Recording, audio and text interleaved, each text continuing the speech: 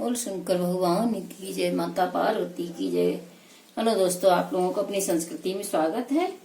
और इसी कड़ी में आप सुनिएगा कि ब्रह्मा जी बोले, हे नारद, इतना कहकर शिव जी बोले, अब मैं अलग अलग 9 प्रकार के अर्थ वर्णन करता हूँ। जब मन वचन कर्म से मेरी प्रशंसा सुन भक्त बढ़ाई का विचार कर तथा मन को दृढ़ करे तो इसको श्रवण कहते हैं। जब कुल धन व्यवहार तथा स्वयं के गर्व को छोड़कर हमारी कथा को सुने, जिस स्थान पर कथा होती हो उसको नित्य प्रति सजाकर शुद्ध करता रहे, उस शास्त्र की भली प्रकार पूजा कर अनेक प्रकार की वस्तुएं उस पर चढ़ाए। इसी प्रकार उसके पाठ करने वाले की पूजा करके अच्छे वस्त्र, द्रव्य, पदार्थ, फल फूल आदि से स्तुति करे, तब उसका उचित फल मिलता है। यही श्रवण की प्रशंसा है। हे नारद, अब मैं तुम्हें कीर्तन के विषय में बताता हूँ। जो अपने मन को निर्लोभ करके मेरे जन्म, कर्म तथा गुण को देखे, उनका उच्च स्वर से पाठ या गान करे, उसी को कीर्तन कहते हैं।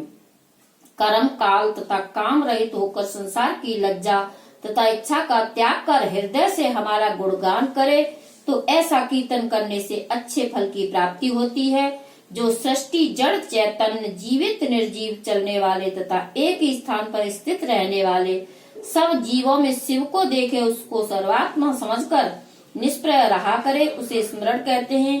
ऐसे स्मरण से अत्यंत आनंद मिलता है।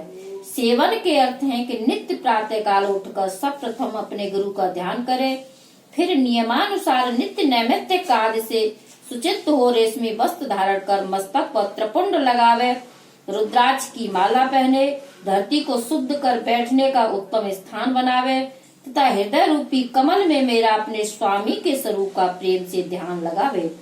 पूजन की सामग्री तैयार होने के पश्चात उसमें क्रम पूर्वक षोडशोपचार से पूजा करे, नैवेद्य लगाकर आरती करके दंडवत करे, अच्छे सुगंधित पुष्प बिछाकर उनके ऊपर अपने स्वामी को सुलावे तथा सदैव मेरे गुणों का गान कर जीवन व्यतीत करे। संध्या समय फिर उसे अपने स्वामी को जगावे तथा संध्या आदि से मेरी आरती करे।